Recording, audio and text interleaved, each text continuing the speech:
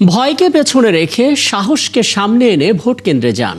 এই ভোটে শুধু নতুন সরকারই আসবে না, এটি 17 বছরের নীরবতা আর ফ্যাসিবাদের জবাব দেবে। ত্রয়োদশ জাতীয় সংসদ নির্বাচন এবং জুলাই জাতীয় সনদের গণভোটকে সামনে রেখে জাতির উদ্দেশ্যে দেওয়া ভাষণে এসব কথা বলেন প্রধান উপদেষ্টা অধ্যাপক মোহাম্মদ ইউনূস। বিস্তারিত জানাচ্ছেন সবুজ মাহমুদ। মঙ্গলবার রাতে জাতির উদ্দেশ্যে দেয়া ভাষণে প্রধান উপদেষ্টা বলেন, এবারের ভোট বাংলাদেশের গণতান্ত্রিক যাত্রায় একটি ঐতিহাসিক মাইলফলক, যেখানে জনগণ ব্যালটের মাধ্যমে রাষ্ট্রের ভবিষ্যৎ দিক নির্দেশনা নির্ধারণ করবে।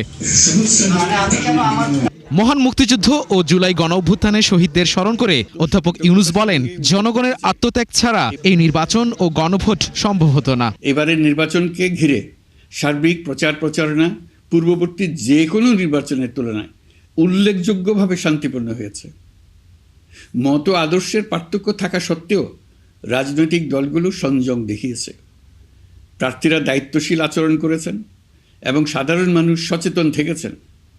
এই পরিবেশ হঠাৎ করে তৈরি হয়নি, এটি সম্মিলিত দায়িত্ববোধের ফল।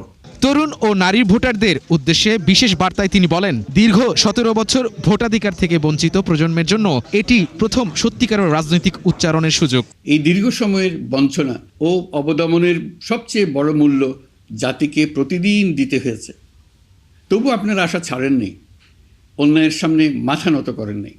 আন্দোলনে, প্রতিবাদে, চিন্তায় ও স্বপ্নে আপনারা একটি নতুন বাংলাদেশের আকাঙ্ক্ষা লালন করেছেন। আজ জুলাই গণঅভ্যুত্থানের মাধ্যমে ইতিহাসের গতিপথ বদলানোর সেই দিনটি এসেছে।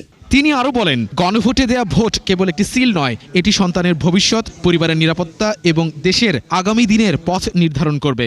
এই নির্বাচনের মাধ্যমে আমরা শুধু জনপ্রতিনিধি নির্বাচন করছি না, একই সাথে আমরা সিদ্ধান্ত নিচ্ছি বাংলাদেশ কোন পথে এগোবে।